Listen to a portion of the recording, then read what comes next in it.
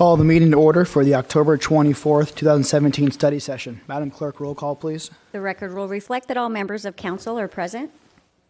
Thank you. Any questions on the dais from the consent calendar? Seeing no questions, we have the first presentation this evening given to Burr White Realty on its 50th anniversary to be presented by Councilwoman Dixon. Thank you, Mayor. If you'd like to come forward, Mr. Batley. It's a pleasure to congratulate you and your firm, Burr White Realty, for 50 years. We've been celebrating important anniversaries, golden anniversaries now for a few of our important businesses, and I'm happy that you are one of our longstanding businesses in District 1. So let me read the proclamation on behalf of Mayor Muldoon. Burr White Realty opened its doors for business in 1967 at 2901 Newport Boulevard. And Burr White Realty is a full-service boutique real estate office specializing in sales, long-term property management, and vacation rentals in Newport Beach and throughout Orange County. And for 50 years, Burr White Realty has been the leader in representing some of the finest vacation homes and yearly rentals in Newport Beach, ranging in location from right on the sand or boardwalk to great views of Newport Bay and everything in between. And Burr White Realty recently commemorated its 50th anniversary on October 19th by hosting a special customer appreciation event. It was great fun, so thank you.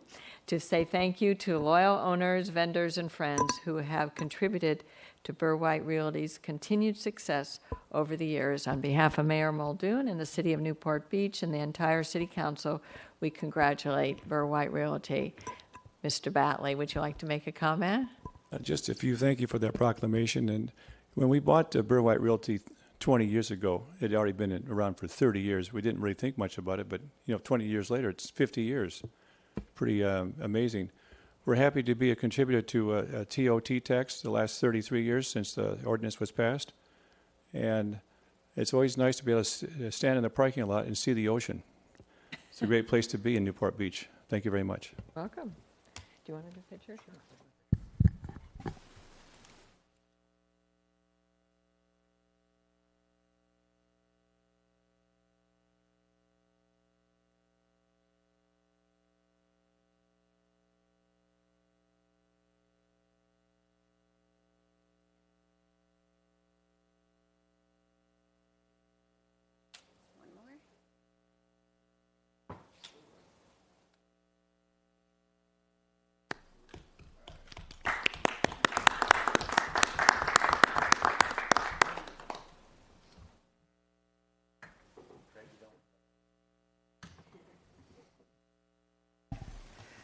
Next, we have a update to traffic signal modernization and technology. Staff?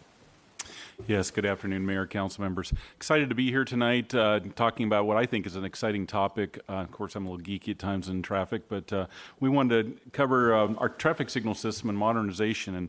And this really started for me back in 2007 when kind of came on, we did a master plan for the whole system on our traffic signals. And we found that we really needed to get into the modernization side and bring it up to current standards. So we been basically working on this for the last 10 years. And we're excited to talk to you about where we stand, kind of the past, the future, what might be coming down the road. So I want to introduce Brad Summers. He's our principal traffic engineer, and he's going to be going through the presentation. Yes, good afternoon, Mr. Mayor and members of council. As Dave mentioned, I'm Brad Summers, a principal civil engineer within the Public Works Department. And one of my primary tasks here at the city is the operation of the traffic signal system. As Dave mentioned, we'll go over kind of the nuts and bolts of the traffic signal system. We'll also talk about our technology, past, present, and future.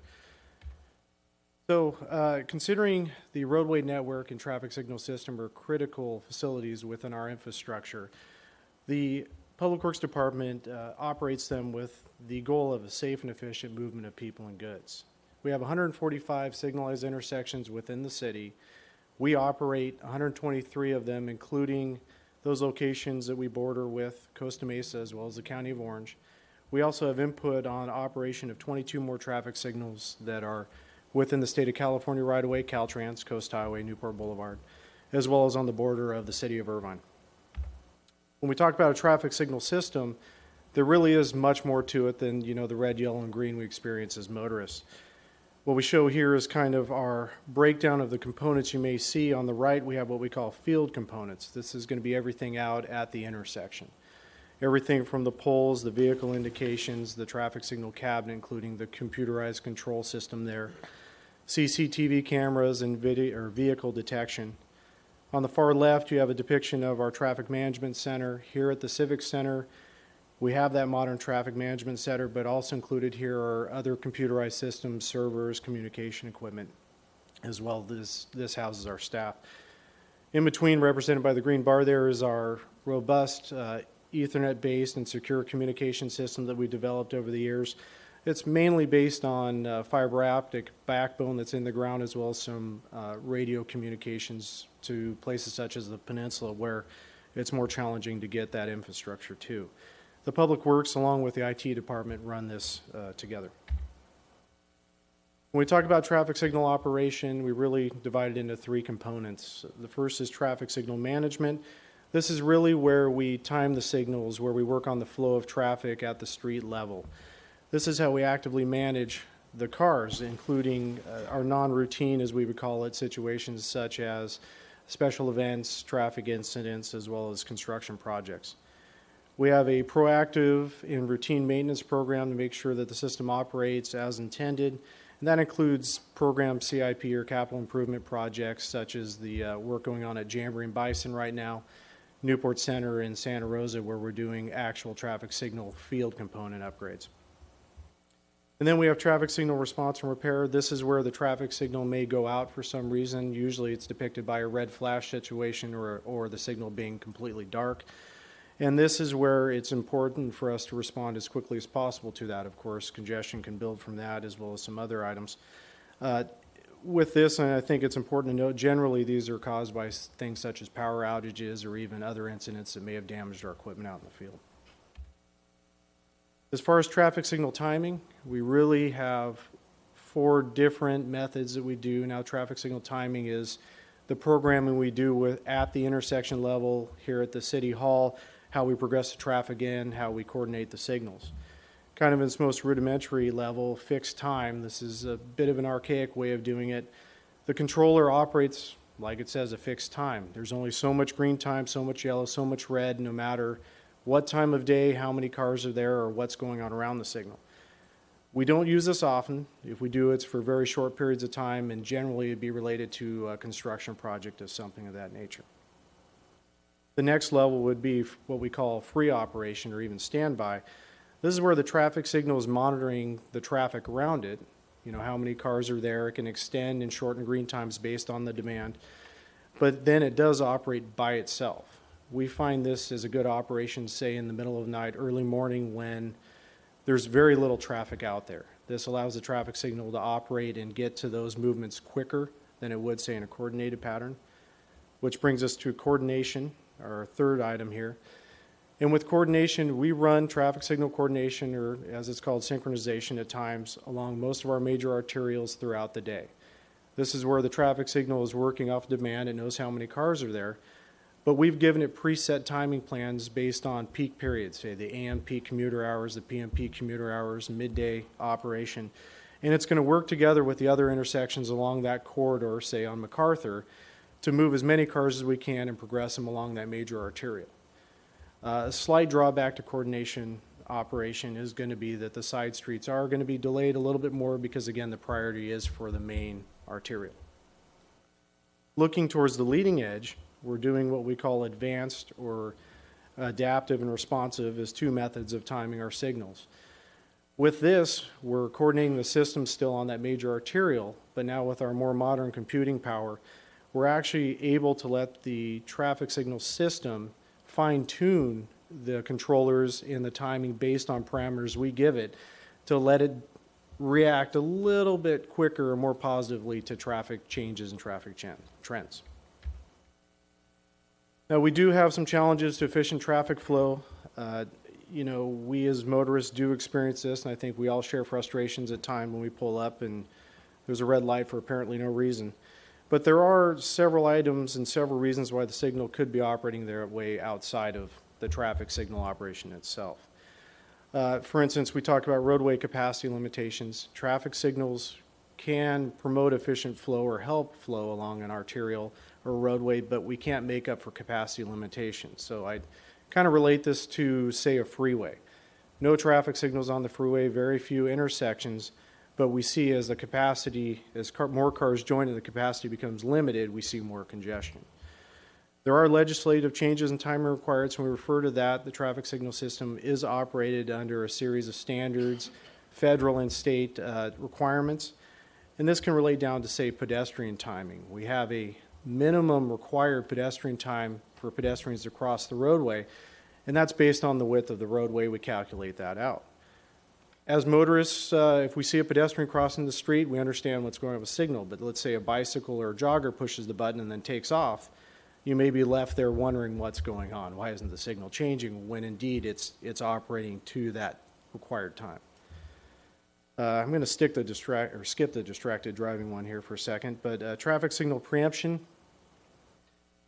We have the ability to allow, say, emergency vehicles and sometimes transit vehicles to preempt or give priority to those vehicles with the signals. They send a signal or communicate with the traffic signal, and in the case of, say, a fire engine, it will go green for the movement of that emergency apparatus. Of course, this is a good feature because it allows them to get to where they need to go quicker, but there are some ripple effects that we work through after that vehicle's left the intersection, where the intersection will be working to get back into synchronization, get back into step with the other signals around it. And of course, that can create some additional delay here and there. Traffic is dynamic, changes with the time of day, day of week, the season of the year as we experience here, the weather. And, you know, we've seen it, hot day, big waves, we get a lot of traffic down on the peninsula. Some of these items we can predict, some we can't. So we can be proactive with some items, other items such as traffic accidents, we may be more responsive to. The distracted driving item, this frustrates me as a motorist and as a transportation professional. When somebody pulls up to the traffic light, you know, we're all different. We all have different ways of driving. We all drive different cars. We think differently. When you add a mobile phone into that equation, you know, somebody who may be finishing up that last text or looking at their phone a little longer, if they delay 5 minutes in getting off the line at that green light, then that could be a substantial amount of the green time we've already allocated. So, of course, that can create delay as well. At least.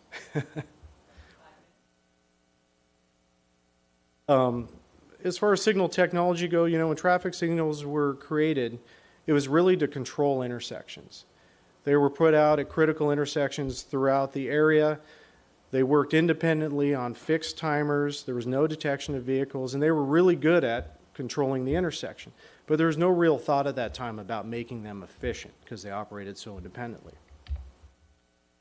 Enter the computer generation. As computing power increased and technology increased in that world, the traffic signal systems picked up as well. If you walked into the back room at the old City Hall in the late 80s, early 90s, you saw what this picture depicts, and this was a state-of-the-art, leading-edge vehicle management system, as we called it back then. For the first time ever, we could get the status of the traffic signals in the office.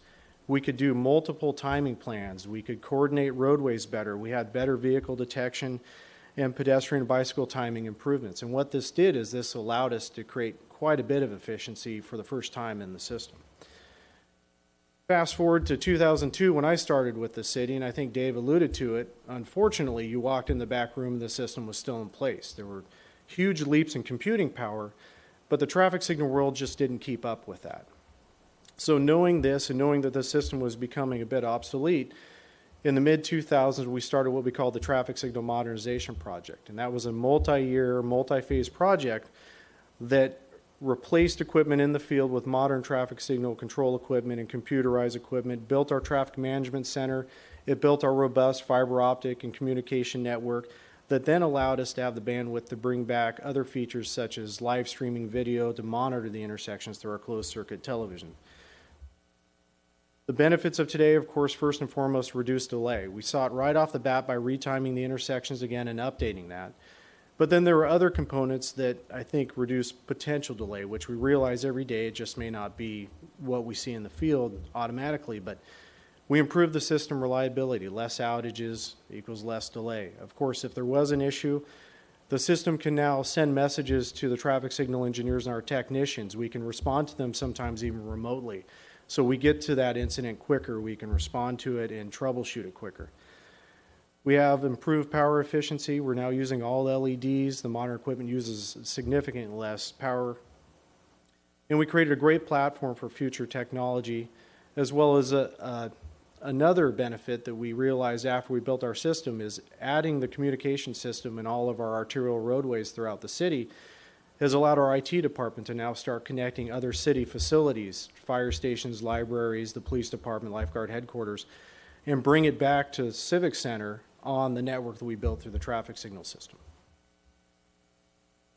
So looking at, we've talked about the past technology. We kind of know where we're at now. We actually have several projects that we're working on at this moment that we'd like to talk about that are improving the technology of the system. First, again, talking about our advanced traffic signal timing strategies, again, often referred to as adaptive or responsive strategies. We've actually already deployed a responsive system on Newport Boulevard, kind of the gateway to the peninsula, between 21st Street down by the Newport Pier up to Via Lido, to better handle and kind of streamline the traffic progression within that narrow throat there as traffic peaks or doesn't peak throughout the year. We also are currently working on deployment of the MacArthur Boulevard Adaptive Traffic Signal Timing Project. This is a different way of doing that kind of automated streamlining of the traffic timing. We're going to do that on MacArthur Boulevard between Coast Highway to the 73 freeway, Bison's the last intersection there. With these, this puts us in the leading edge of traffic signal management and coordination. We are the only city in Orange County running a responsive timing system, and we will soon be the only city in Orange County, or the first city, deploying an adaptive system on a major arterial corridor. With this, and knowing this is relatively new technology, we're going to be monitoring it to see the benefits, and upon it being successful, which I understand it will be, we will then be looking for other key corridors throughout the city to potentially deploy this to. Now, with this technology, it does require a few more resources, more monitoring, and some other items. With that, we don't feel it's appropriate for all locations throughout the city, but we do feel there are other locations that could benefit from this advanced strategy. The Coast Highway Traffic Signal Synchronization Project is an exciting project that's Measure M Grant 2 funded through the Orange County Transportation Authority. It's a joint city, OCTA, and Caltrans project, and this is the first time, to my knowledge, that the entire length of Coast Highway, from the Laguna to Huntington Beach border, all 27 intersections are being looked at holistically to improve the flow of traffic through our city. Work on this will include updating the traffic signal timing, deployment of more modern traffic signal control equipment, even primarily within the Caltrans right-of-way, bringing them up to date, adding closed-circuit television cameras and the ability to monitor sections of the highway that are in the state right-of-way that will allow us to monitor it as well. We'll be closing fiber optic communication gaps within the city right-of-way, as well as adding a trunk line in a missing section on Coast Highway. And then we are considering a dynamic message sign. Now, consider a small version of like a freeway sign to deploy out on East Coast Highway around Newport Coast, with the intent of being able to improve our feedback to motorists, letting them know of potential congestion spots along the highway and potential alternate routes. So, considering the Bluetooth or Bluetooth traffic management system, I'm going to linger here a little bit. The city is actually looking to procure a system, a Bluetooth system, and it's actually on the agenda for later tonight. I believe it's item 9 for council consideration. So we'll talk about this a little more in depth. A while back, the city's been looking, or staff has been looking for better ways of acquiring data. Generally, when we go out to time traffic signals, we go out and we count a couple days of a week. We time our signals off of that, and that gets us about 90% there. But we're looking for real-time and then historical trending type data on travel times and then potential routes that motorists may be taking. With that, we looked at several different technologies, and we kind of came down to the Bluetooth technology. What this does is it reads unique and anonymous signatures that phones, cars that have Bluetooth capability, and other items that most people have or most motorists have on them or around them. And it can give us information on how long it took between the two devices where we set them up, or if we set them up strategically, what percentage of people may have, say, taken Coast Highway to MacArthur to get to John Wayne Airport, or maybe they took Newport Coast and up the hill that way to something north. When we looked at those technologies for Bluetooth, we landed on the Bluetooth product, specifically for two reasons. First is Caltrans has actually already deployed several of these devices within the city, and us going to the same product will allow us to share information with Caltrans on their state facility. So we'll be able to monitor, say, Mariner's Mile that's operated by the state. They'll be able to look at Corona Del Mar when they have issues and concerns. And also the Bluetooth device is the only Bluetooth system that we can integrate directly into our current traffic signal system. With that, we can achieve future functionality with it. It can give us automated messaging when, say, the travel time reaches a certain threshold, which gives us another indication that congestion may be occurring there, or give us the ability to respond to that, as well as potential traffic signal timing changes and other stuff that'll be a little bit in the future. This exhibit is similar to what's in the council packet of the staff report later tonight, but I wanted to show you this. The solid circles are the 12 locations the city plans to deploy them through this deployment. And then the open circles or donuts there are actually where the state is either already deployed it or plans to deploy these devices. And with this, you can see how we can accurately monitor Coast Highway. We've deployed them up in East Newport, which again can show us percentages, how many people may be taking Newport Coast or MacArthur to get to destinations north of the city, UCI, John Wayne Airport, where people may be going. And then, of course, on the peninsula itself, where we have peak summer and peak weekend type of congestion issues that we want to keep an eye on and respond to quicker. The last item I'll talk about is a Corona Del Mar bypass study. We're currently wrapping up a study looking at Corona Del Mar, how motorists drive through that area, where they may be going, do they use Newport Coast or other alternative routes, what are the travel times for that, and several other things. As we wrap this up, this information will be becoming available shortly. But in looking at this from the traffic signal time, we realized we could benefit from technology we've either already included in the signal system, or we can even benefit from those items that we've been talking about as future deployments. Summers, quick question from Councilmember O'Neill. Sure. If you wouldn't mind going back a slide. Sure. So how do you use so real quick, just to make sure I understand when we're talking about Bluetooth signatures, it basically will give an identifier to a particular car if they're using a Bluetooth on their phone or on a or if their car, let's see, how was it phrased? Their car has a hands-free device inside. I mean, so in other words, it's not like you'll know exactly where a person is traveling. You would just know that this particular identifier has traveled from this point to this point inside our city. Is that how it works? I guess a privacy concern is being raised. Of course, and when we talk about Bluetooth-enabled devices, it even goes down to the monitors that tell you the tire pressure on your system. So the system will see tens of thousands of numbers come across it, and it's going to read it at one location, it'll read another location, then it looks for the same truncated number, as I understand it. So as far as privacy goes, we're not getting any private information out of this.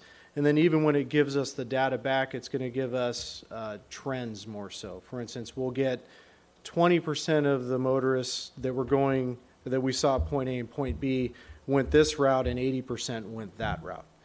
So we're not even seeing the actual unique identifiers. Okay. And how do you use the data to create better traffic flow once you have the information that come off of, for example, a proposed Bluetooth system, and how does Caltrans use that to increase traffic flow? Well, there's a couple components of that. First would be incident response. Again, we can set thresholds if we see the travel times, because they'll be monitoring travel times between these points continuously in real time. If we see this happening, and if we see the travel time increasing, that can send us an alert so we can respond quicker to that or check out, find out what's going on. As far as adapting, say, traffic signal timing plans, again, the traditional way is taking kind of a snapshot of the roadway at a certain time of day and a certain day of the week. And we use that, and that can be used for years. With this now, we can get a real-time display, and we can look for peaks and valleys, and with that, we can now create new timing plans that may be a little more dynamic and address those peaks and valleys. So it's all about truncating the delay and the travel time and having more accurate timing plans. Are there enough cars on the road now with these unique signatures that you can get those trends and feel pretty confident that they are matching up with the traffic inside the city? Yes, yes. Okay, interesting. Thank you. Councilwoman Dixon. Before I even push the button, the traffic bypass that was proposed or as a concept by Councilmember Ed Selich a few years ago, is that what we're talking about now in terms of the signage that would divert traffic or advise of traffic conditions up Newport Coast, for example, to get to John Wayne? That's one component of it. We've, over the years, congestion through our narrower neighborhoods or the village, say, of Corona Del Mar, have always been something that's been on the mind of our community. And this is a study based on Corona Del Mar in this instance, but what we're doing is we're looking at alternative routes. Is it feasible to use Newport Coast, say, to go around a congestion Corona Del Mar on those peak weekends? Or is it positive for us to give more information to the motorists to know that even something is happening further down, say Mariner's Mile, and we can route them up Jamboree? So it's part of that. Okay, so assuming we proceed with this, so will you be installing the technology? Will we be communicating this new traffic alert system? Assuming we approve this later on this evening, how long till we start implementing it? The Bluetooth stuff, I would envision we could procure it shortly. We'd probably see it at the beginning of the year. I see. But there is a difference between the traffic signal modernization project, or excuse me, the Coast Highway Signal Synchronization Project. Lots of traffic signal projects. That's something that's ongoing. We're going to start seeing construction of that, but that incorporates that changeable message board or dynamic messaging. And through the grant program, that's something we'll see probably near next summer. Oh, I see. Okay. All right. Thank you. Sure. Councilman Piotr. Yeah, real quick. Thank you, Mr. Mayor. I mean, this is something that the mayor and I had proposed early on in the beginning of this year. Brad, maybe explain a little bit, in a typical traffic study to figure out how much or what kind of a burden there is in an intersection. A guy's out there with counters, or you throw a rope across and you're measuring cars as they go across, in comparison to the Bluetooth, where it not only does account for us, but it also gives us destinations. We know that this car started here, went through this intersection at MacArthur and PCH, and then ended up getting on the 73 toll road. So we actually can look at patterns, which is difficult for a typical traffic study or previous tools to use. And am I describing this accurately? You are, yes. So, and one of the particular interests that has been in the community, like you had indicated with Mr. Selich, is the CDM bypass. But this goes beyond just a message board. It allows us to give input into the message board.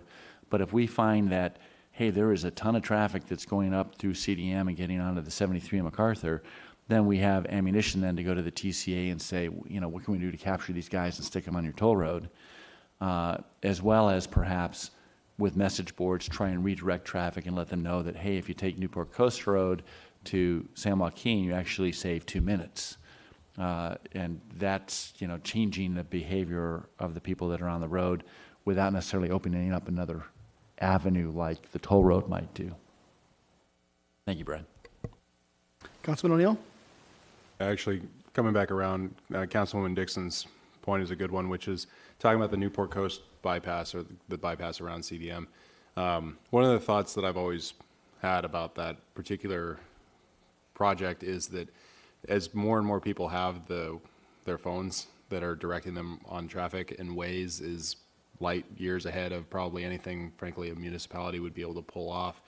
Aren't we at some point going to get to the point where technology in a person's car has actually outpaced our own technology inside the city to be able to direct people around, because they're just going to trust what Waze or Google Maps or whatever else tells them to do in terms of traffic? In other words, are we actually could we possibly be better than Waze at telling people a faster way by putting up these Bluetooth monitors around the city? I think as far as responding to the incidents, we'll get it a little bit quicker. And, there still are quite a few people that may not be on their phone at the time or not have the app open. So we can connect with them with the simple messaging, plus there are other opportunities with that. We talk about, private technology versus municipal technology. I think as we'll talk a little bit about connected vehicles and kind of the progression of technology, and you will at some point see that blend in the future, where municipalities and private companies really are working together, and that information is being shared even into a heads-up display or something even more so than Waze on their phone. Okay. And here we are. So talking about technology of the future, and I think we just touched upon this. I think in the near term, we're talking about increased motorist and roadway information. How that may be initially, I think we can get to people with, say, dynamic messaging. We've even considered some of this maybe on the peninsula. It can be worked into not just congestion management, maybe parking management and some other features. Improved signal preemption. I think there's new technologies emerging that can both help our emergency services get to where they need to be quicker, but then also help us deal with that ripple effect and help us get more efficiency out of our signal system after we've served those vehicles. Now, getting into the further term, we talked about connected vehicles and users. This is something that we're starting to see more of. Automotive manufacturers now are writing in information into their cars, and we're starting to see more of a connection, again, between our vehicles and the infrastructure. This really is the next generation of technology. It's coming to the traffic signal system and our infrastructure.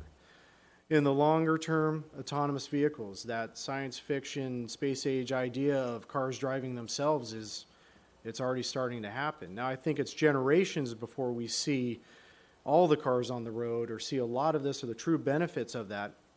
But I think the idea here is that we just really need to start being aware of this and be ready that it's coming. So as my last slide, preparing for the future. I think as we think about all this, we need to continue to maintain our system at the high level that we do and invest in it to make sure that we can integrate new technology as it becomes available and as it becomes something we feel the community could benefit from. We want to monitor and be active in legislation changes and limitations. I think being aware of it, of course, to make sure that we fit it into our system, as well as maybe having a say when that legislation comes in to make sure it fits our community as well. Continued education for staff. We have a very good traffic signal staff here, but we want to make sure that we know of the new technology that's coming, how to integrate it into our system, and then make sure that technology is appropriate for our community. And then to be aware of leading versus bleeding edge. What we need to be aware of is some of this stuff, some of this autonomous vehicles especially, there are large companies with almost endless resources that are now driving some of the infrastructure discussions. And with that, we want to make sure that we arrive at that destination at an appropriate time and make sure that the standards are in place, that the legal side of it is in place, and make sure the technology is something we can deploy and have out there for a while, not have it be obsolete as soon as it hits the ground. I think that's it. Excellent, exciting technology. Thank you for the explanation. Any questions from the dais? Yes. Actually, first of all, a good presentation, Brad and Dave. And I was going to ask you the question, but you answered it. What is our goal? To be keeping up with new technology and identifying, as you say, bleeding edge technology. So I'm pleased to see that we are keeping lockstep with new technologies and identifying where improvements can be made. Two things. I want to thank you for the work you're doing on the peninsula, and we've talked about this at Violito, and when I made what I thought was a simple suggestion of enhancing a left turn signal, I had no idea that it was part of a whole technology system, but you were already underway doing it. You were already 5 steps ahead, but it's really vastly improved the left turn from Newport Boulevard onto Violito, so I appreciate that. And secondly, one of the most pleasurable experiences in driving to Newport Beach, because we do have a lot of traffic, is when a signal does change to the green signal when it's out of sequence in a way, because something is I'm speaking specifically at Newport or Coast Highway and Crystal Cove. That signal changes if there's no oncoming traffic, and the left turn signal comes on and the green keeps going, and then it goes red, and then the traffic becomes green on the other side.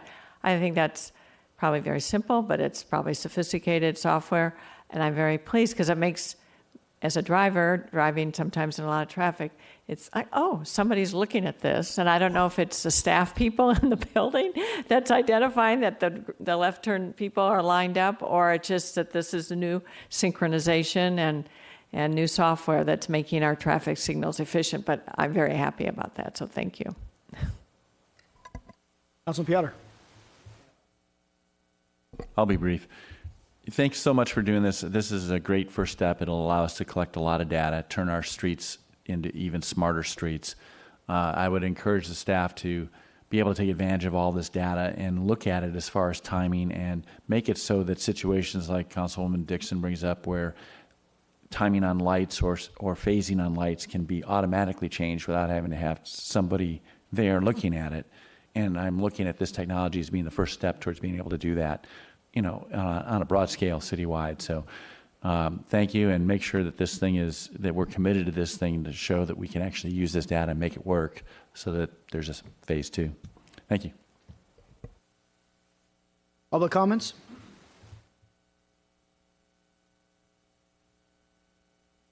Mayor Muldoon, members of the council, my name is Jim Mosher.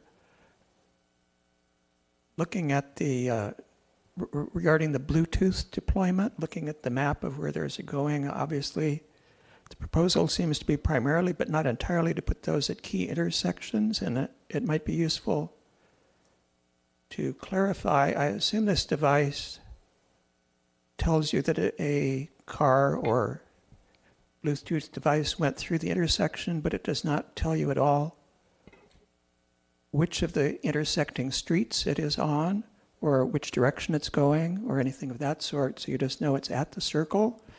And I assume that thought about which are the most meaningful intersections to monitor has gone into this plan. I would assume if we wanted to monitor other areas of the city, we would buy more of these devices, but I'm wondering if our license proposal allows us to change, at least temporarily, where these are. Like, we want to monitor some other street or intersection and see what the traffic patterns are in other parts of the city, rather than having to buy an entire new system. Are these portable or movable? They didn't look like big devices from what I saw on the screen.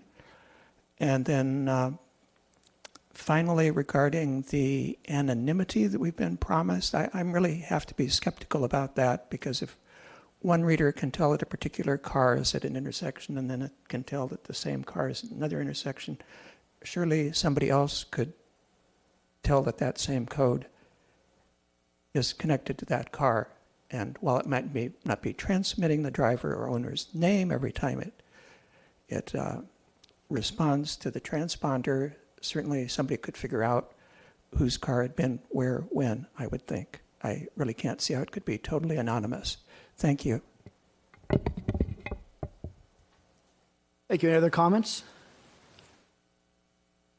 I see none. Do we have terms and conditions with this, I hate saying it, it's a funny name, Blue Toad? Regarding anonymity and confidentiality? Well, again, they're not pulling private information from it. So although they may see a truncated version of a random number, they don't actually pull any private information with that.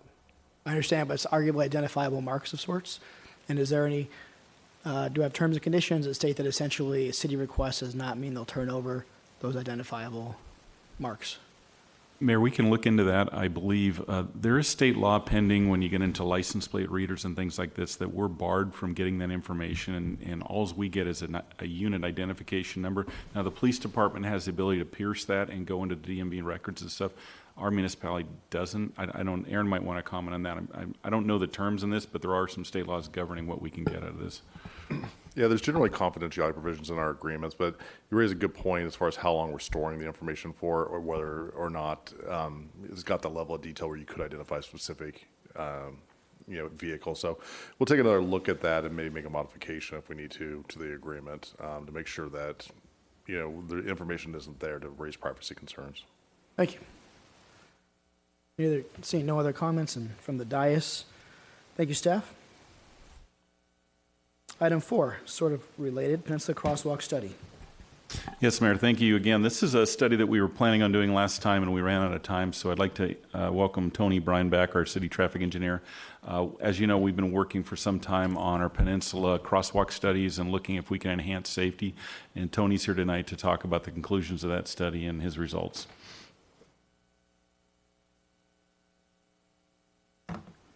Yes, good afternoon. Good afternoon, Mayor and City Council. This is the conclusion of the Balboa Peninsula pedestrian crossing study that we prepared, and so I'm bringing it forward to you tonight with the results of the study and some recommendations coming out of the study for improvements along the peninsula for pedestrians.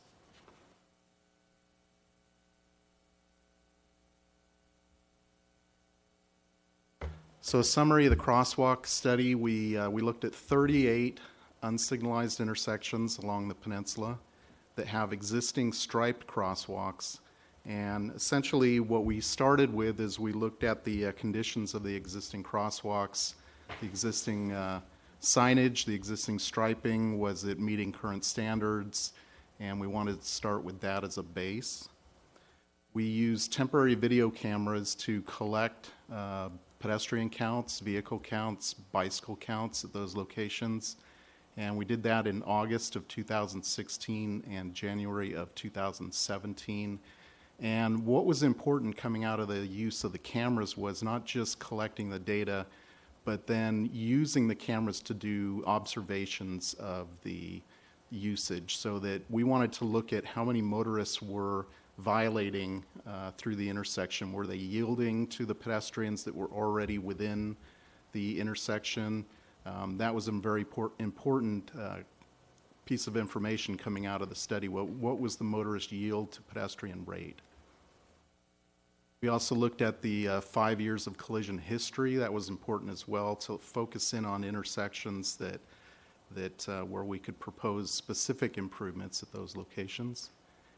And what we found coming from this and looking at all the information we collected was that despite the relatively high activity level of the amount of bicycles and pedestrians there, especially in the summer, and motorists, that generally overall it's a safe and efficient collection, and it operates in a safe and efficient manner.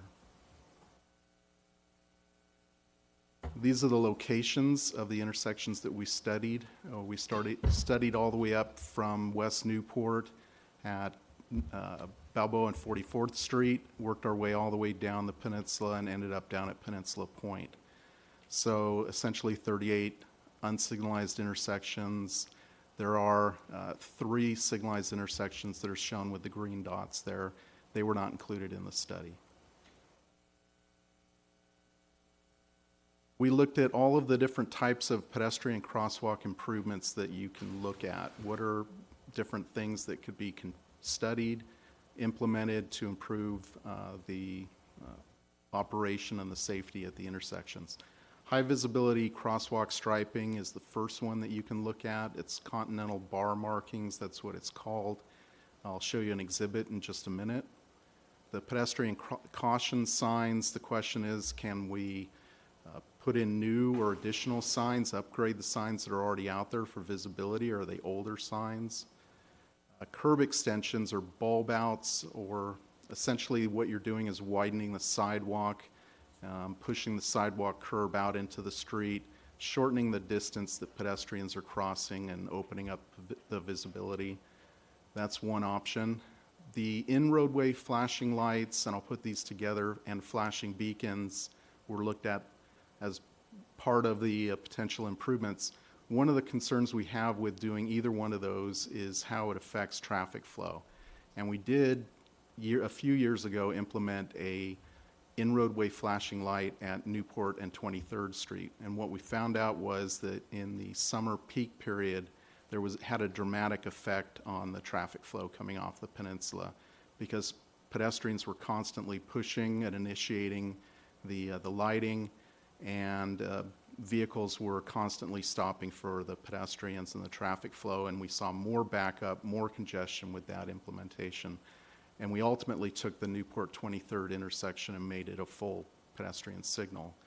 So we do have concerns with implementing flashing lights, in roadway flashing lights, flashing beacons, particularly for that reason that they impact the traffic flow. So we wanted to focus the look on certain locations and not a widespread use of them. And then additional overhead roadway safety lighting. There are some locations where we could add some of the safety lighting on the street that it may not be existing today. Last year, the city implemented new and a change out from the existing lighting to the new LED lighting, which has greatly increased the visibility and the lighting on the peninsula. And then we're looking at maintaining or increasing sight distance for the visibility of the pedestrian by either extending red curbs or possibly removing parking right at the crosswalk location, opening up that visibility. And then finally, installing some yield markings, terminology, shark teeth, just based on how they look. I'll show you an exhibit in a minute and you can see that. So essentially what came out of that was two types of recommendation, two phases of improvements. The general improvements where it was all the crosswalks, all the intersections. We're going to add the pedestrian caution signs or upgrade them. We're going to install this high visibility continental type crosswalk striping, and we'll add some ped crossing legends. So that's phase one. We can dive right into that. The next phase then is specific improvements at high activity locations. So those locations where more pedestrians, more motorists, more bicycles cross, focused in on those locations. What can we do at those? There's a handful of them, and I'll step through those. And installation of sidewalk extensions and bulb outs are part of those improvements. We do look at one flashing beacon at one intersection, and that's because that was the intersection that had the highest motorist failure to yield to pedestrians rate. And then we're looking at extensively improving the school warning signs around Newport Elementary. Mr. Bryan, 1 second. Councilman O'Neill? Just a quick question. When you say install pedestrian crossing legends, what does that mean? Is that a sign or is it on the road? It's the striping on the pavement. Thank you. So these are the ideas of what the striping improvements are. And when we talk about high visibility crosswalk striping or continental crosswalks, this is what it is. And I'm sure you'll see it around many crosswalks. In fact, a number of crosswalks we already have in the city have this type of striping. It's much more visible to the motorists as they drive down the roadway to see that particular crosswalk with this style of striping. And there are the pedestrian crossing legends that they'd be striped on the roadway surface in advance. Pedestrian crossing signs. This particular exhibit does not show medians, but for the great majority of the crosswalk locations on the peninsula, we have medians. So what you'd have is you'd have the pedestrian signs placed in the median itself, back to back. So you wouldn't quite see as many signs as this per intersection. This would only be at, say, Balboa and 31st or 30th, where they don't have medians, would you see signage such as this. But we did try to reduce the amount of signs to the extent that we could. We don't want to have too many signs. These are the specific locations that we focused on with physical improvements. And southbound Newport at 26th, and this is where the Cassidy's bar is. We looked at bumping out the curbs, widening the sidewalks there, and putting in the additional pedestrian caution signs, removing 2 parking spaces for opening up the visibility for the pedestrians and the motorists to see the pedestrian. Added the continental striping, added a street light there, which there is not a street light there currently, and some southbound through hours on the roadway so that there's not a confusion that this is a one-way section. Yeah, I have questions on that too. Yes, Councilwoman Dixon. Mayor, just to clarify, Tony, and thank you for this. People have asked me, first of all, look, right there at the corner where Cassidy's is, and right now there is a parking space there. So we're removing that parking space because that is an obstruction to the view when you're coming up to that crosswalk. So there would be a bulb out there on the island. Is that where you're anticipating that? What you do is bulb out the curbs and reduce the width of the roadway so that pedestrians don't have to cross as far. And then we'd be removing parking spaces immediately adjacent to the bulb out so that we'd be lengthening the sight distance even further. That's good. And then one other question, if you'd go back to the previous slide, for illustrative purposes, so would these markings be reflectorized markings? Yes. That would designate, so they would be seen at night? Yes. Yeah, okay, thank you. Mr. Bryan, going to the next slide. We're going to add where's the staff's intention to add a street light there, a stoplight or a street light? A street light. Okay, just want to clarify. Not a signal, a street light. Street light. And that's just so that if it's illuminated, there'll be less issues. Correct. Thank you. And then we have southbound Newport at 28th Street. And this is on the same corner as where the previous McDonald's site is. So this is a conceptual idea of, again, doing bulb outs at that location. And in this case, actually striping continental crosswalks on all four legs. There's a lot of pedestrian activity at this location. You have the subway, restaurants, Slapfish, Jack's Surfboards, a lot of pedestrians here, and so we wanted to add the continental crosswalks on all four legs, as well as adding the bulb outs. And, an additional straight light on the one corner. And this is Balboa at 28th Street, a very heavily utilized crosswalk for people crossing, again, from the corner with the restaurants and the shops and going towards the beach.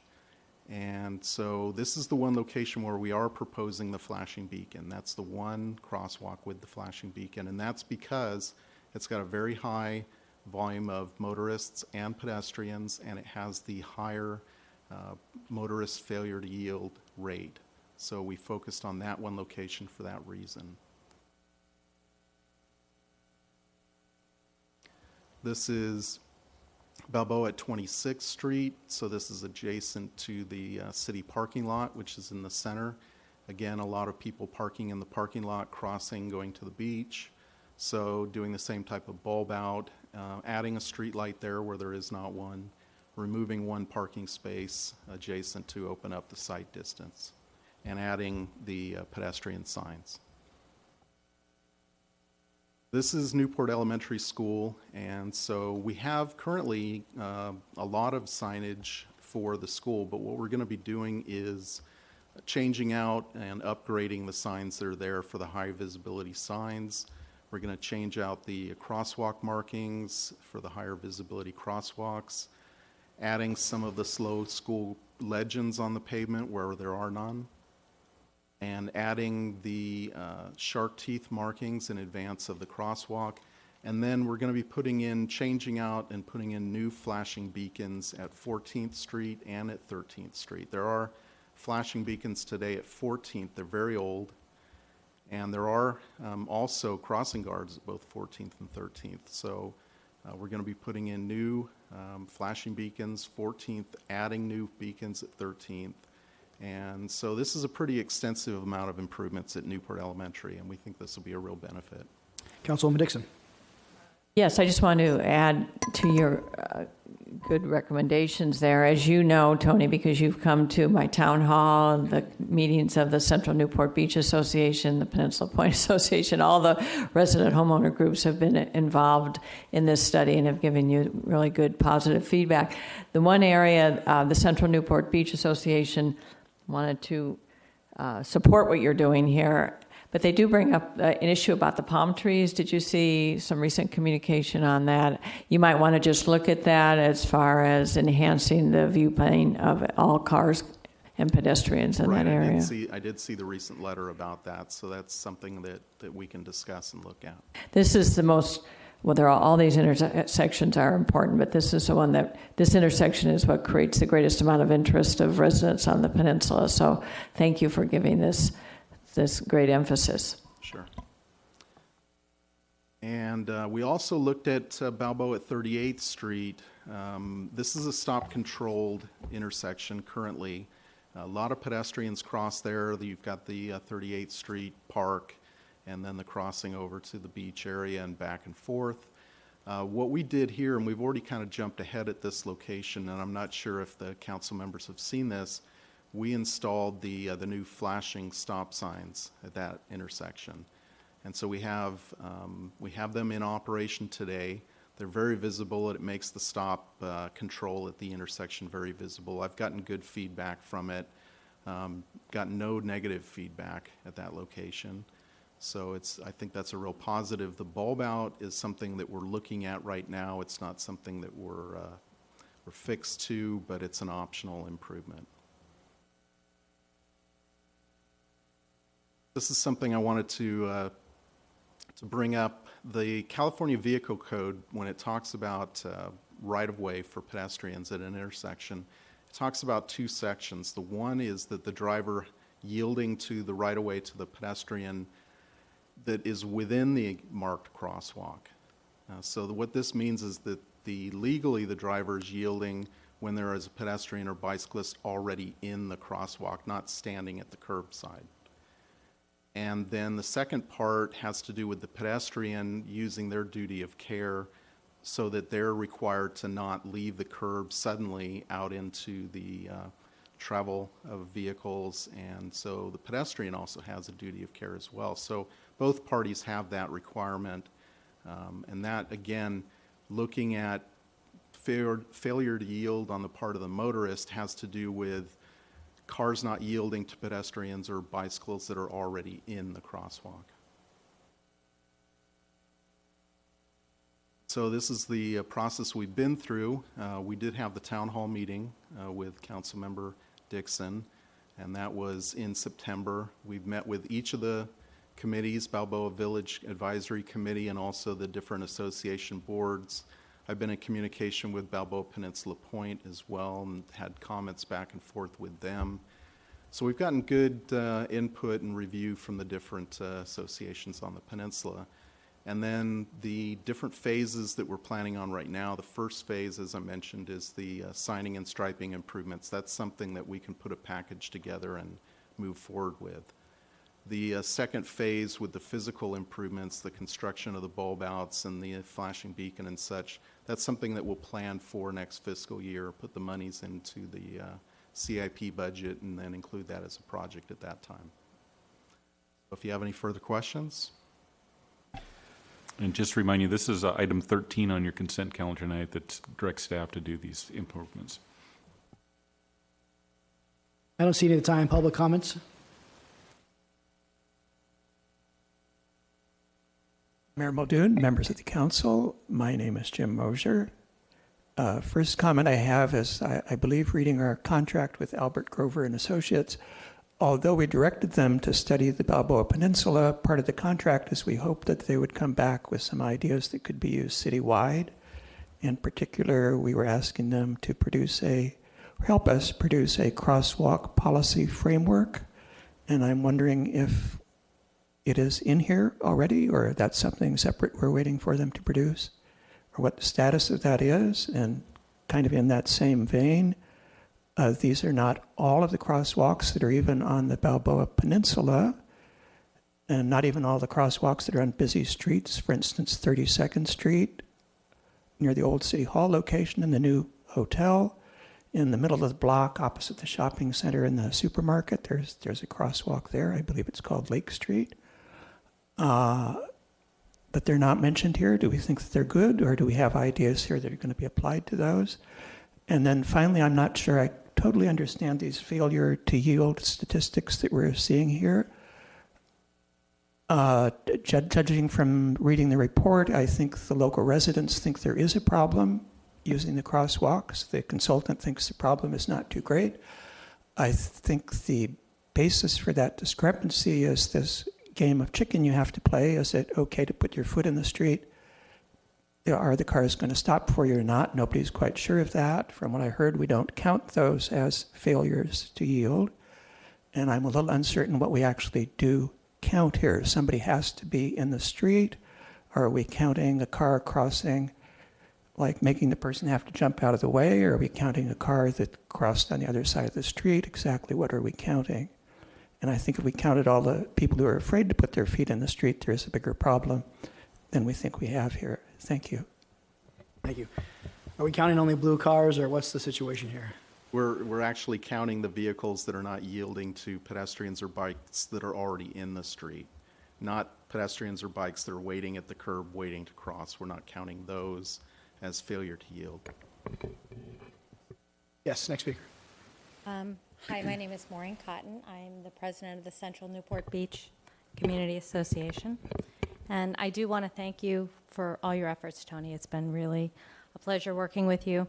I do agree with Mr. Mosier. There is some concerns by the residents that there is a failure to yield, and people are very intimidated, as you know, from your town hall meetings, with people waving their canes and all sorts of other fun approaches to trying to get people to slow down to let you enter the crosswalk. So that being said, the conclusions from your consultant were, the three things: engineering, which is Tony's job and his team, education and enforcement. This study talks a lot about the education, the engineering side. We obviously touched on the education. What's your responsibility? What's the duty of care? I've taken the time to talk to Chief Lewis about the enforcement side. I've had many calls on the enforcement side. He has, I believe, heard us. He has, in the last week, we have some policemen on motorcycles who are there for a 45-minute period twice a day, which are pretty low, I would imagine, crime times from 7:30 to 8:15. And then again in the afternoon when the kids are getting out of school, because we have people from the Peninsula Point who are just racing through. We have crossing guards who have their little sign out, and they hold it out there, and 8 or 10 cars blow through every single set of kids that are waiting to cross. And so hopefully we're going to get the message across by enforcement. And the same goes for people passing to drop off their children at the school who need to slow down the parents. So I'm hoping that they talk to each other and eventually they learn that it's really important for everybody to slow down. That being said, thank you very much, Diane, for mentioning the palm trees. I don't want you to throw them out. Please find a nice place for them. They're beautiful trees, but they do impede the crossing guards from being able to see oncoming traffic. The other things that I put in emails to each of you are exploring solar-powered push-button blinking crosswalks, not just the sign, not lighting up the whole path. I agree with you, didn't work very well down on the peninsula. And the other is to explore reflective walk signposts, not just the signs themselves, but the posts. I was in San Clemente, and they have it on a lot of their winding roads and various things. So at night, if it's not a well-lit intersection, which many of ours aren't on the peninsula, the lights of your car light up that crosswalk sign so you can see it. And you'll see in the attachment that I was sent in the second email, I apologize. And with the stop signs, it really does pop up. So if you investigate that, I appreciate it. Thank you. Name is gone. All right, Councilman Duffield, or Mayor Pro Tem Duffield. Thank you, Mr. Mayor. I just wanted to comment on 2 intersections that are on 17th Street that over a span of 5+ years, we saw tragically 2 deaths. And it's in my district, so I was very concerned about it. Sat down with Mr. Webb, and we went over all the various methods, and boy, there are a lot. And I was very impressed with how much he knows about it and the various things that can be done. I just want you guys up here to know that I go on that street twice a day, every day. And from what they have done to the intersection, now I'm going to blow it. We don't have the lights going across. It's just the sign, right? Right. It's at Rutland and Buckingham. Correct, on Westcliff. Yes, those are the rapid flashing beacons rapid on flashers. the sides, correct.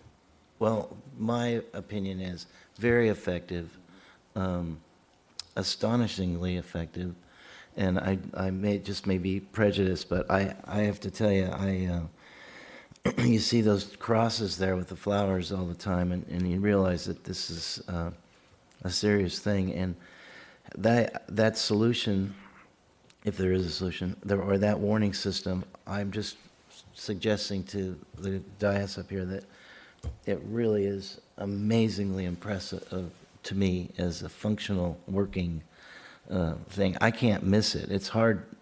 I don't know. It's impossible, but it really gets your attention. So I just wanted to comment on that, and thank you for doing that. Thank you. We have started to use a few of those. We added one at Via Lido and Via Porto on the peninsula, and that's a rapid flashing beacon is what we call them. So each time we put in a flashing beacon now, it's what they call these alternating or rectangular rapid flashing beacons. So the ones that we're proposing to put down next to Newport Elementary School, that it'll be the same type of beacon. Excellent, thank you. Public comments on agenda and non-agenda items, please come forward.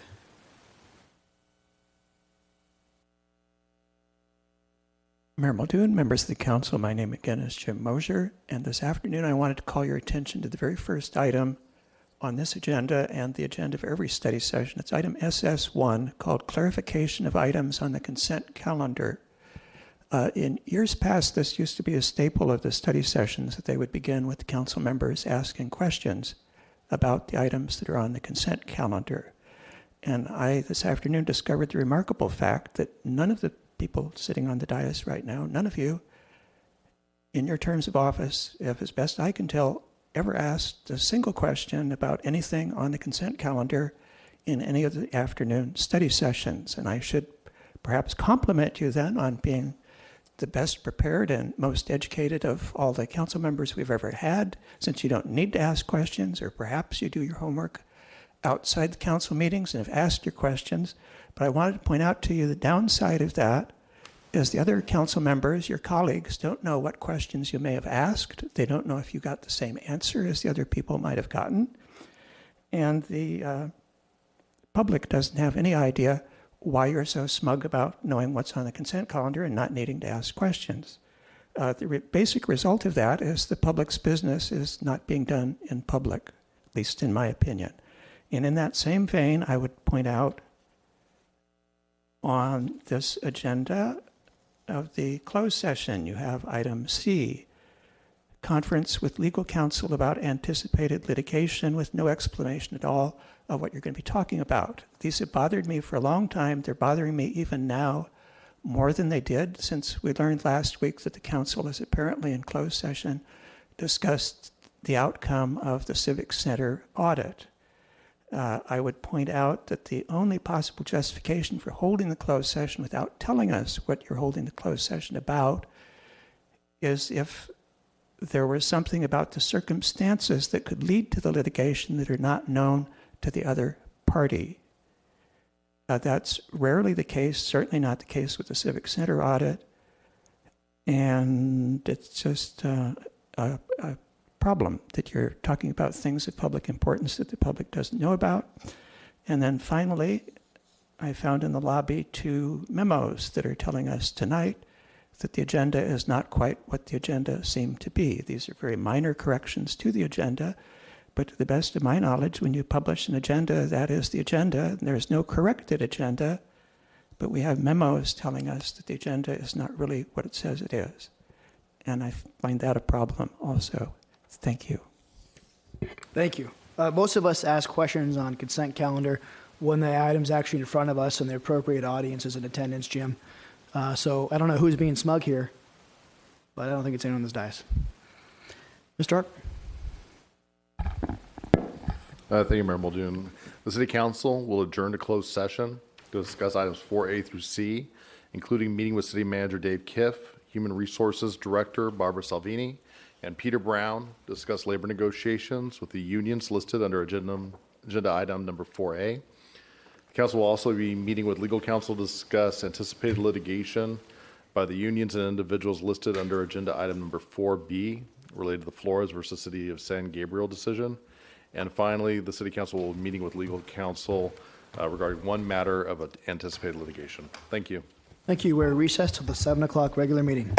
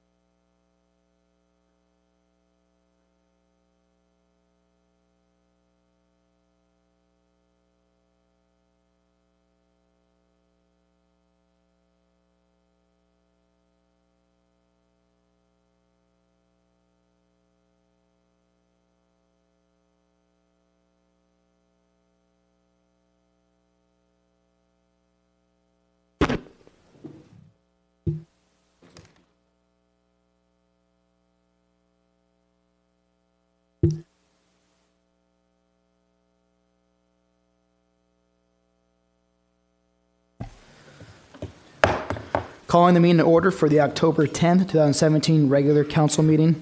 Madam Clerk, roll call, please. The record will reflect that all members of council are present. Thank you. Mr. Harper, is there a closed session report? Thank you, Mayor Muldoon. There's no closed session report this evening. Thank you. At this time, let's all rise for invocation led by Councilman Piotr.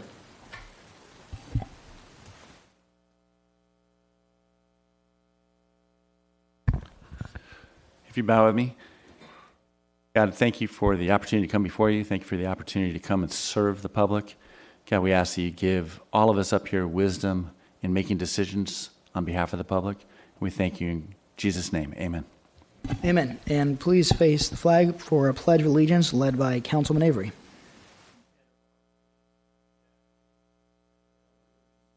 Flag of the United States.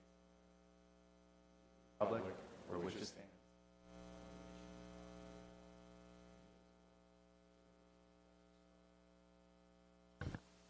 Thank you.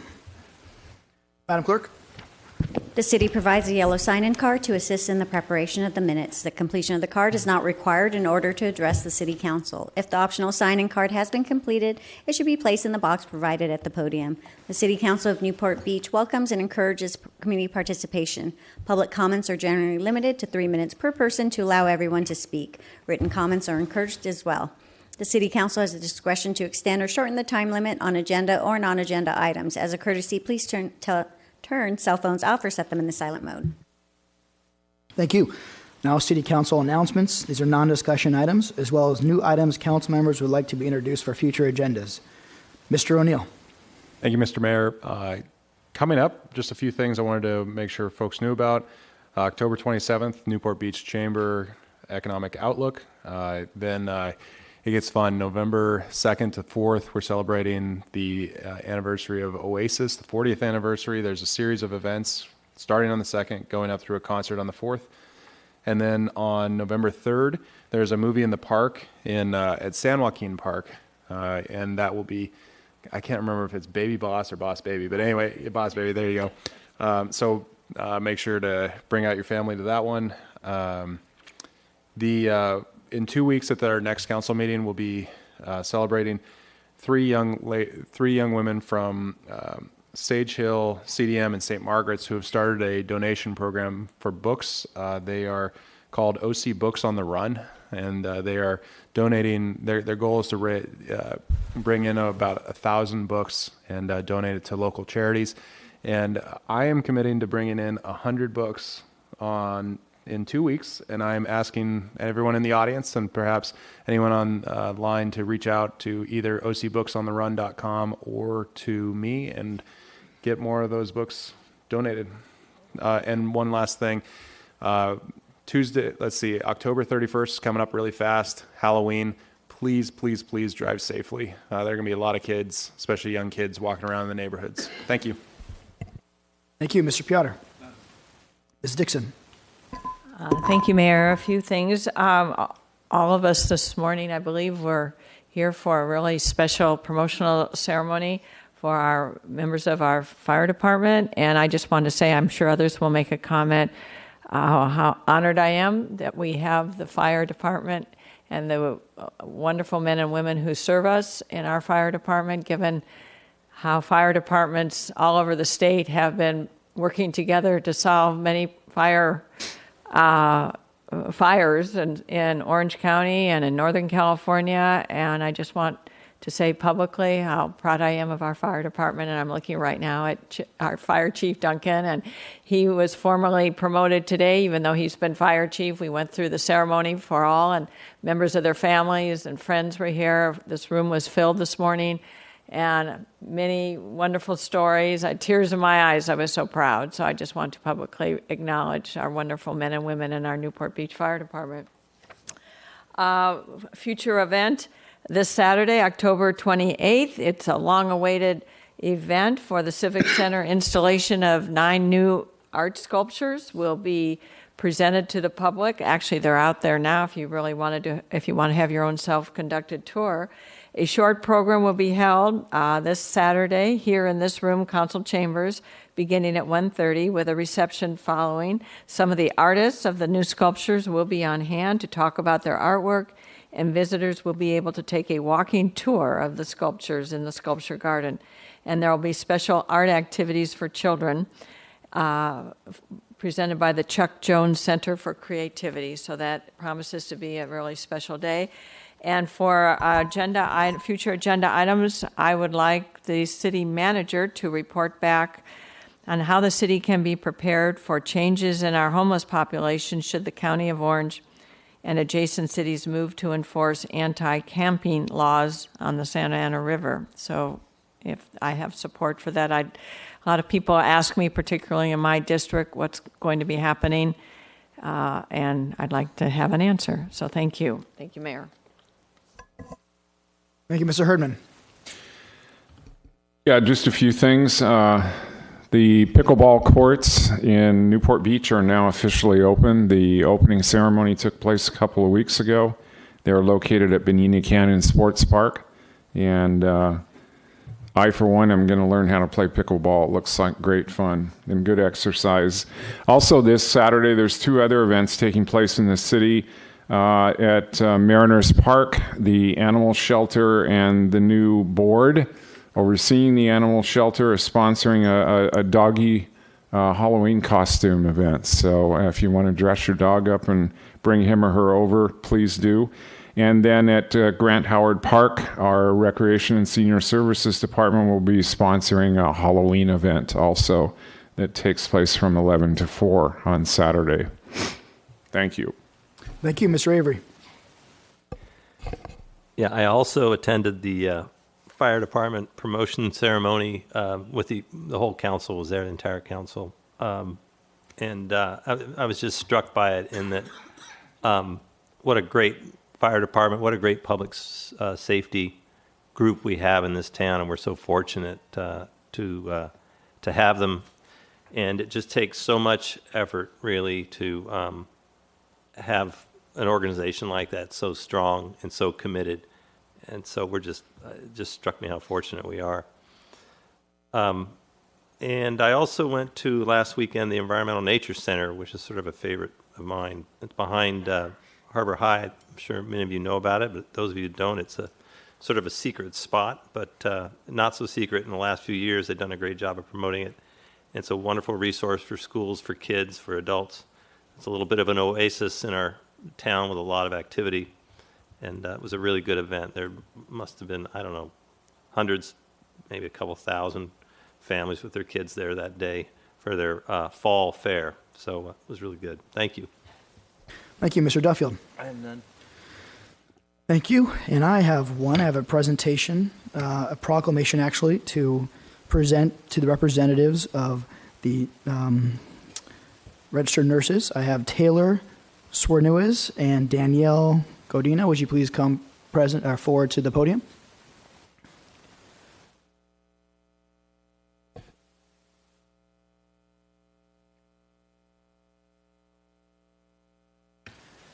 Evening, welcome. First, I'll read the proclamation, and then love to have you say a couple words about this week. Whereas nurse practitioners serve as trusted frontline providers of health and care for patients in California and are advanced private registered nurses who have advanced clinical education and training building upon their initial registered and nurse preparation. Whereas there are 234,000 licensed nurse practitioners in the United States, that's a lot, providing primary, acute, and specialty care to patients of all ages and walks of life. And whereas nurse practitioners diagnose, treat, and prescribe medications and other treatments to patients through a caring, patient-centered, holistic model of care. And whereas citizens of our state and nation have great trust in the high-quality care nurse practitioners provide, resulting in over 1 billion patient visits annually to nurse practitioners across the country. And whereas 5 decades of research demonstrates the high quality of care provided by nurse practitioners. Whereas 22 states and the District of Columbia have implemented full practice authority for nurse practitioners, granting patients full and direct access to the outstanding care offered by these healthcare professionals. Whereas leading government and policy entities, including the National Academy of Medicine, National Council of State Boards of Nursing, National Governors Association, and Federal Trade Commission, have taken notice of the benefits of nurse practitioner full practice authority and have endorsed such a regulatory model. And whereas Newport Beach is proud to recognize and honor the service of nurse practitioners to our state. Now I, therefore, Kevin Muldoon, Mayor of the City of Newport Beach, on behalf of the entire Newport Beach City Council, in recognition of the countless contributions that nurse practitioners have made over the past half-century and will continue to make to the health and well-being of citizens of our state, hereby proclaim November 12th to the 18th as Nurse Practitioner Week.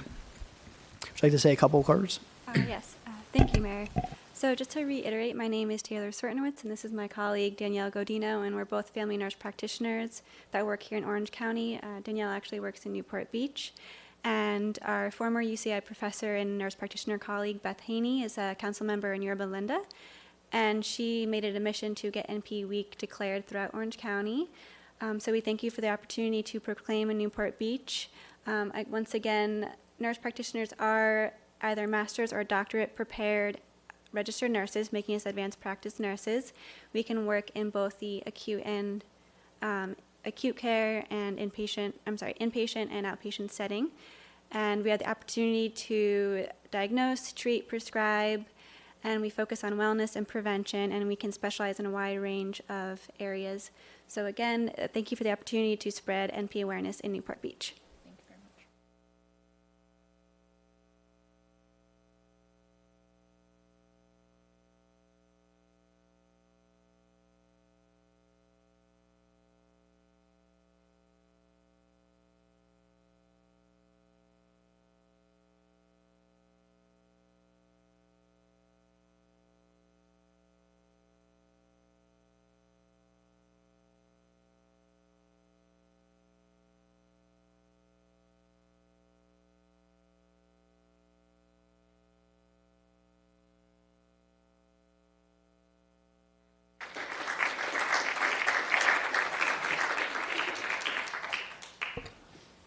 I believe Councilman Piotr had a quick announcement. Thank you, Mr. Mayor. Question to City Manager. I understand our alternative sites for the CDM library fire station are exhausted And so I guess the question is does that mean that staff will go out to an RFP, and do you need council action to direct that? Mr. Piotr and council members, we were preparing to talk about that at our management group tomorrow. I don't know if I need additional direction. If that is what you would request, it's always helpful. If you wanted us to come back with a concept at the existing site of the fire station and library, and wanted to direct us to do that, I'm happy to take that direction. You've already got working drawings done. They've already been out to bid once, so really they can go out to bid as they are. Potentially, yes. And you've already got council direction to do that. You were holding them in effect while we were doing this. That's correct. So in effect, they really can go out to bid without our direction. That would be my understanding, yes. That would be great. Okay. Thank you. Thank you. Madam Clerk? This is the time in which council members may pull items from the consent calendar for discussion. Those are items 1 through 13. Public comments are also invited on consent calendar items. Speakers must limit comments to 3 minutes. Before speaking, please state your name for the record. If any item is removed from the consent calendar by a council member, members of the public are invited to speak on each item for up to 3 minutes per item. All matters listed under consent calendar are considered to be routine and will all be enacted by one motion in the form listed below. Council members have received detailed staff reports on each of the items recommending an action. There will be no separate discussion of these items prior to the time the City Council votes on the motion unless members of the City Council request specific items to be discussed and are removed from the consent calendar for separate action. Thank you. Council, any items to pull from the consent calendar? Mr. O'Neill? None. Mr. Piotr? Ms. Dixon? None. Mr. Herdman? None. Mr. Avery? None. Mayor Pro Tem Duffield? I have none. I have none, but out of abundance of caution, I'm going to recuse myself on item 4 due to my employment. Mayor Pro Tem Duffield, do you have a motion? Thank you, Mr. Mayor. I do. I move the balance of the consent calendar, items 1 through 13, with a recusal on items number 4 from Mayor Muldoon, and memos from staff on items 6 and 7, and new agreement for item number 9. I'll second the motion. A motion and a second. Any public comments on the consent calendar, please come forward. Mayor Muldoon and members of the council, my name is Jim Mosier. This is not exactly the consent calendar. I first wanted to mention, I think the animal shelter event is going to be held at Marina Park. What did I say? Mariners Park. Sorry, you're correct. And regarding the consent calendar, I just wanted to expand on my previous comment. My questions about the consent calendar in writing, I have not heard any questions about it from the council either here or at the study session. So my assumption is either you have no questions or you asked your questions somewhere else. Thank you. Thank you. Any other comments on the consent calendar? Seeing none, let's bring it back for a vote.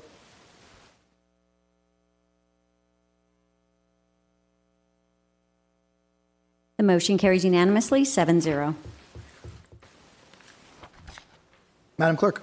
Public comments are invited on non-agenda items generally considered to be within subject matter jurisdiction of the City Council. Speakers must limit comments to 3 minutes. Before speaking, please state your name for the record. Thank you. Are there any public comments on non-agenda items? Those are items that are not on tonight's scheduled agenda. Yes. Good evening. I'm Nancy Gardner. I'm here for the Friends of the Newport Beach Animal Shelter, and if I'd known I was going to get 2 mentions, I could have stayed home and had another glass of wine. Excuse me. We are having our Halloween event. It's for costume dogs. It is at Marina Park on the peninsula from 10 to 12 this Saturday. The categories are scariest, most beautiful, most Newport Beach, the best owner pet ensemble, most personality from a dog, and the best trick. We are also going to have Vlad, the Russian dog wizard, who will tell us all how we can make our dogs behave better. We will have animals from the shelter for adoption, and we will also have an opportunity drawing. We get a new dog bed or something like that. So I hope people will come out either with their dogs or just to have the fun of watching it. So 10 to 12, Marina Park this Saturday. Thank you. Thank you. Next speaker, please. My name's Roberta Buchanan. I'm here to tell you, last Wednesday I had a coyote in my backyard. I don't live near an open space area. I live at least a quarter of a mile from an open space area. And it's a big problem. I want to remind you, 2 years ago, there was a big blow up here in Newport Beach about the coyotes, and we got a little bit of action out of the city. We got this kind of copycat plan that was posted that really isn't a plan that CDFW tried to push down everybody's, throats, and all it does is tell people how to scare them away. Wave your arms and yell. Big deal. I commented on the plan. Had 4 pages. It's not a comprehensive plan. There's no goals and objectives. There's nothing about the city position. If I asked any one of you, what's the city's position on coyotes, you wouldn't have one. There isn't one. There's not one that's adopted. The only thing they tell you to do is scare them away. And you know what? It's not working. Things have gotten way, way worse. The best thing that came out of it is you're collecting data. Supposedly, people do fill out coyote forms. I had to fill one out the other night. But you know what? Do you even see those reports? Do you guys even get a report, or do you get any aggregate data or anything like that? Because and I would bet it's being underreported, because I have neighbors who don't even know that they're supposed to be reporting. They'll tell me or whatever, and I'll say, well, try and get it reported. And some people said they have, and then I don't see it on the map. So I don't know what's going on with that. But let me tell you, the day after I had the coyote in my yard, you guys put those plastic coyotes out there on the docks, and what the comments that I'm hearing is, why do they care so much about the docks? I mean, we have coyotes in our backyards and our driveways going down the street. I mean, you care more about that than having somebody who has a pet killed in their yard. It's a big problem. And I can tell you right now, there's 4 or 5 active dens right down below Castaways, right by people's homes. That's city property. And, you tell the city and it's big deal, or they blow it off. It's no big deal. But it is a big deal. It's dangerous because they don't stay there. They go out and they kill people's pets and they cause all kinds of mayhem. And, people I've told people, tell the city council, some people respond, and you know what? You never respond, Mr. Duffy. You never respond to anybody, because I've told people to tell you and tell me what he said. Nothing. Mr. Muldoon has responded to people. I've gotten responses from that. Now, I told Dave I was going to, write a comprehensive plan, and I still want to do that. But right now, there's 2 parts. We need the comprehensive plan, which I will work on this, but we need immediate relief now. You guys need to go out, reduce the population, get rid of the problem animals, and do it now. Do it with the county, do it with the adjacent cities, and take care of it now. I don't care what it takes. I don't care how many it takes. Just take care of it. It's serious. It's urgent. And that's all I have to say for now. But I'll be back. Thank you. We hope you keep working with our staff. There are legal requirements, what we can and cannot do. We must operate within the law of California. But I'm sure staff will work with you. Yes, next speaker. Hi, my name's Lenore Pittman, and I don't have anything prepared, sorry, but I heard Roberta was coming, and I wanted to express my concern also. There are a large group of people on the Next Door Neighbor apps, other places that are expressing a lot of concern, a lot of outrage and fear. And we really request something to be done about this coyote problem. I've lived here 4 years and I didn't have any issues until the last year. I actually found there was a feeder on my street on Redlands. I reported it. Tom Fishbacker came out. He's very kind, walked the street with me, made some suggestions, but nothing really came of it. He wanted us to get a meeting together with the neighbors to learn how to haze. They're fed up. They don't want to learn how to haze, and I understand why. I was face to face with 2 different coyotes on 2 different dates, and the coyote wasn't afraid of me. I was afraid of the coyote, and I'm a full-grown person, and I have my little pet here, and that coyote was not going anywhere with all the hazing, yelling, and screaming I could do with my pet in my arms. I'm also scared for the children on our street. Things are just out of control, and I really request that there become a plan, and like she said, we need some urgency on these problem animals.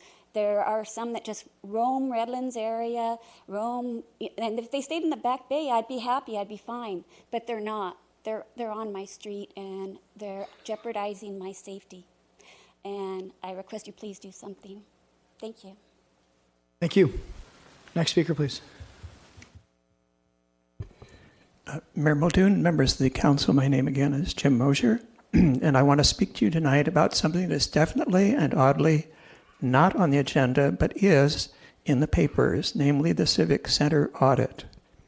6 days ago, a rather remarkable announcement appeared on the city's homepage. It is slightly remarkable for telling the world the Civic Center opened or was completed in 2014 when every other document I know of says it was completed a year earlier in 2013. It is much more remarkable for telling us, without revealing any detail, that all questions anyone may ever have had about this are now behind us. And considering we have a city council, many of whom ran on a promise of bringing new transparency to the Civic Center cost issue, it is most remarkable of all for the official city statement transmitted to the Daily Pilot that there would be no further comment on this. For those who expect to see the public's business done in public, this nearly complete absence of that is very troubling.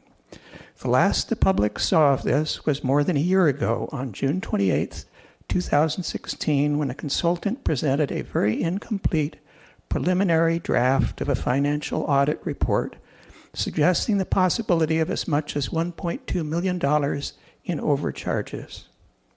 The council directed the consultant to complete the audit report and directed the city attorney to pursue collection of the money. Since then, the words Civic Center Audit and CW Driver have, to my knowledge, never been visible on any agenda of any noticed city meeting. Yet we hear now that the matter has been satisfactorily concluded. Staff and apparently the council are happy. I don't know about others, but I am not happy, and these are the things I would like to know. Number one, does the council actually agree the matter is concluded? If so, at what meeting did they make that determination, and what was the vote? I want to look very carefully at that agenda because I'm really curious how I could have missed the notice. Number two, where is the final and complete audit report that the council ordered and the public paid for? Number three, how much did all of this cost us? Number four, where is the agreement with the contractor? And if the public is not allowed to see the agreement, why not? Number five, exactly what did we learn from this effort that we didn't know before we started it? And how is that new knowledge being preserved for the benefit of the future staff and council members years from now? Are the details of this and the lessons learned to be kept in a secret box somewhere that they and only they will have the keys to? Thank you. Thank you. Any other comments? I'd like to address some of those points with the assistance of our city attorney. First, could you just explain, Mr. Harp, the overall process? That's an excellent question as to why it was not publicly reported until after the settlement and how that settlement was initiated and how it was resolved. And then I'll ask other questions. Yeah, so briefly, RW Block came forward with a draft audit report that had some issues that they had noted as far as potential dollars that had been overpaid on the project, as well as they really addressed the main purpose of the audit, which was lessons learned. So the draft audit report went into a lot of different areas of documentation and supervision of the project that were important areas for staff to learn. I think if you were looking for an area that lays out what was learned on the project, probably take a look at that draft audit report that came to the city council. And then we were directed by the city council to basically work with CW Driver regarding the amounts that the city potentially overpaid. We reached a settlement with them, and part of that settlement was that we consider the draft audit the final audit and take no further action thereon. Thank you. So just for the record, we have publicly called for the attorney to resolve this matter. That was my recollection. And that's what you did. The cost for the various accounting and then the settlement cost or the settlement amount, please. So RW Block was paid approximately $250,000 for the audit work that they did, which included a lot more than just looking at the specific dollars. It also was looking at the process issues. And the amount that was recovered was $365,000. There was also an additional amount that was paid to Harrison Associates for their management of the audit. And as far as what documents can be viewed by the public, what documents are available for the public, including the actual settlement, what legally can be shown? Yeah, so the settlement agreement is public information. The staff reports are public information. So there's lots of public information that's out there and available. Thank you. And finally, what did we learn? The age-old question. I believe there were a lot of lessons that the staff learned and possibly the prior council learned if they cared to review it themselves. But I think what we can learn the most about the Civic Center project is that government must have restrictions on it in order to control spending. And that's why I and members of this council are working on a charter amendment that would restrict the amount of debt that could be issued for projects such as the Civic Center without voter approval. And that lesson, I believe, of not entrusting the government to live within its means and to act responsibly in all scenarios is a tough lesson that I think can only be corrected by giving more power to the residents of Newport Beach. All reports from City Council on committee activities. Mr. O'Neill. None. Mr. Piotr. None. I do have a question on the previous item, though, or something to add.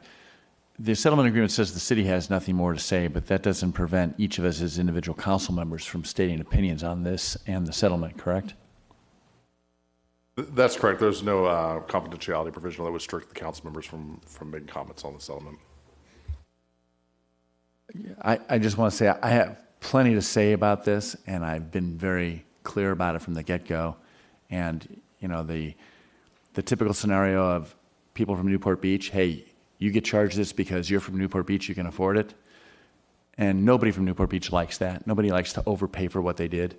But I think that's a very succinct way of saying we got charged more because we were Newport Beach. We got overcharged, and we paid for a very premium building, and we paid a premium dollar for that building. Thank you. Thank you. Ms. Dixon. No comments. Mr. Herdman. No comments. Mr. Avery. None. Mayor Pro Tem Duffield. I have none. And I have none. No reports. On to the public hearing. Item 14, staff. Mr. Mayor and council members, staff is prepared to make a presentation about this item. If you'd like to hear that, we're prepared to give it. If not, Councilman O'Neill. I only had one question. On page 14-3, says that there's been a 78.4% decrease in reported client beds between May 2008 and September 2017. Does that mean that that is the number of beds they have available, or does that mean that that's the number of beds that are actually occupied? So, good evening, Melinda Whalen, Planning Division, and that means that is the number of beds that are occupied, number of facilities that are open.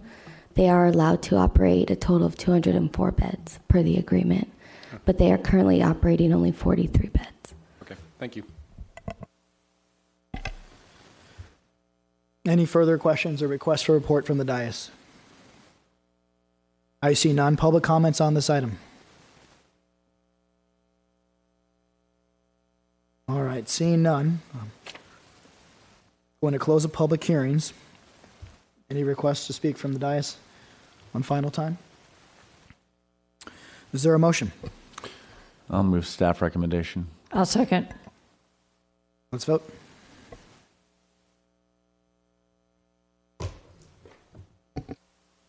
Motion carries unanimously, 7-0. Thank you. Item 15, Ocean Pier Maintenance Project.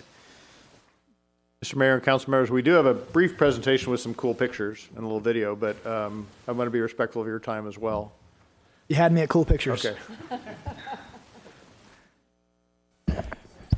All right, I better step up to the plate here. Good evening, Mayor, members of City Council. Mark Vukovic, the Deputy Public Works Director and City Engineer. So the item before you tonight is our every other year maintenance project on our ocean piers. So every 2 years we switch. We do ocean piers, and then we go and do harbor piers the year after. So to inspect these, the inspections are done every 2 to 3 years, and we use some specialty equipment that go under the pier. This particular piece is called a snooper, and a specialty consultant as well as staff goes under there, and we look at every stringer, piece of wood, nut, bolt, rust, anything that we could find underneath there. And then we also send divers down below too as well, and they use their respective manuals to check each pile and the sand movement underneath the pier. But here's what we're looking at. There's kind of three things that affect our piers, and here's a perfect example. When we get high surf and swell coupled with high tides, they basically break and loosen different pier components. And so this is a regular occurrence. It's nothing to be alarmed about, but these things happen. So last week it happened again too, and so we broke loose a piling on the very outer edge of the pier. This is the Balboa Pier, which is about 900 feet long, and you can see the end of the piling there where it had actually marine borers or shipworms that have kind of eaten through the pile down at the mud line. And the marine borer, that's our other culprit that we look for, and that's what the divers are looking for, also called shipworms. There's all kinds of different variations of these, but these are the ones that basically eat the wood. And some of our wood piles are over 100 years old, some are 60 years old. And they're all wrapped, and the key to protecting these is to wrap them so they're not exposed to the worms. And then the third item is the corrosive marine environment, so basically rust. We're looking for what is rusting out, what is breaking, and things like that underneath the pier. I kind of think of it as it's an old classic car, and it requires maintenance. But here's the difference. A lot of classic cars sit in a garage and you don't drive them. Our pier is used every single day. And so the key to the success of our pier is maintenance, maintenance, maintenance. And that's why we're here today too. So whether it's replacing wood or encapsulating the piles or rewrapping the piles and the nuts and the bolts, that's what we're doing today. So again, 1906 for the Balboa Pier, and the Newport Pier was rebuilt in 1940. 2002 was when the decking was redone, and basically a big $3 million rehab of the piers were done. And then we've done projects every 2 to 3 years, spending anywhere from $300,000 to $700,000 each time.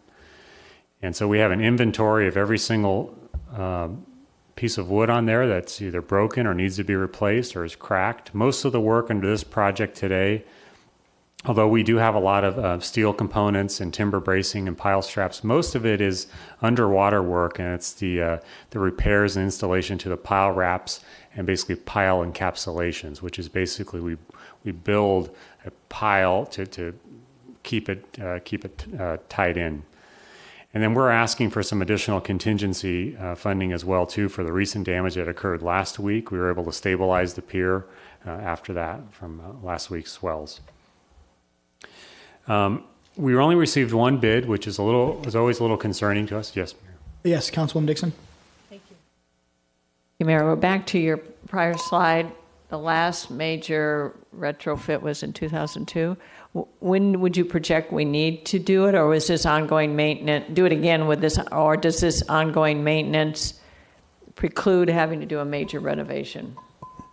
Well, the major renovation back then was to replace the concrete decking, and that was the major investment, as well as the wood stringers underneath there and pile. So we do a project every 2 years, and I would guess that, in looking at the report, and both reports are well documented, that we still have many years, 10 to 15 years before we need to do another big significant reinvestment. Yeah. Okay. All right. Thank you.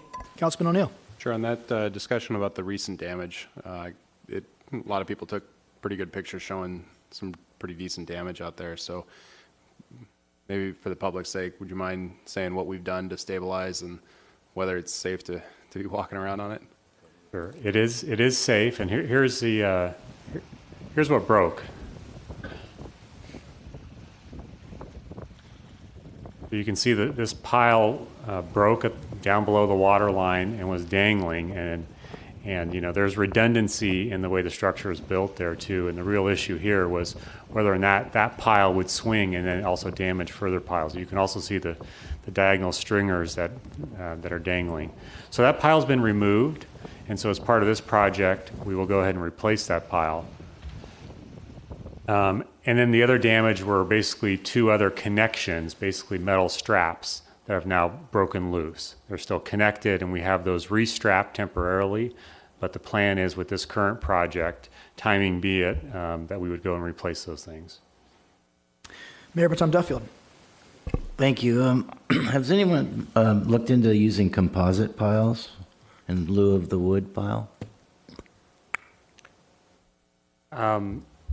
They just started making them, and the Navy uses them a lot. And I'm kind of been familiar with them, and I will talk to you about it next week. That'd be great. Thanks. Yes, Councilwoman Dixon. Thank you, Mayor. One other quick question. There was a sewage line break. What's the status of that? And with the restaurant out there, is that back to operation? Yes, so as part of the swell that happened, some of the waves must have broke loose some of the plumbing connections right under the restaurant there too, as you can see from the picture before, how the waves splash up there. And so that was repaired within a few hours, and Ruby's was open that same day. So, historically we receive 1 to 3 bids. I looked at all of our projects over the last 20 years, and between 1 to 3 bidders on each of these projects because of the specialty work. So our estimate was low. We don't like being the low bidder on these types of projects, but we called and talked to the other contractors that usually bid this work to, and they just told us they're just really busy with other pier work, and they couldn't overcommit to do this work this winter. But they felt that our prices that we received, because they all see the bid results were competitive and good. And so we're asking to award this contract for $1.182 million, as well as the 20% contingency, which will allow us to do the repairs from the recent storm, as well as anything else that we find when we're underneath. And then work will get scheduled to start sometime later this year and through the winter time. That concludes my presentation. Happy to answer any questions. Any questions, further questions from the dais? Public comments on this item, please come forward. Seeing none, back to my peers. Councilman O'Neill? I move staff recommendation. I'll second it. All right, we have a motion and a second. Let's vote.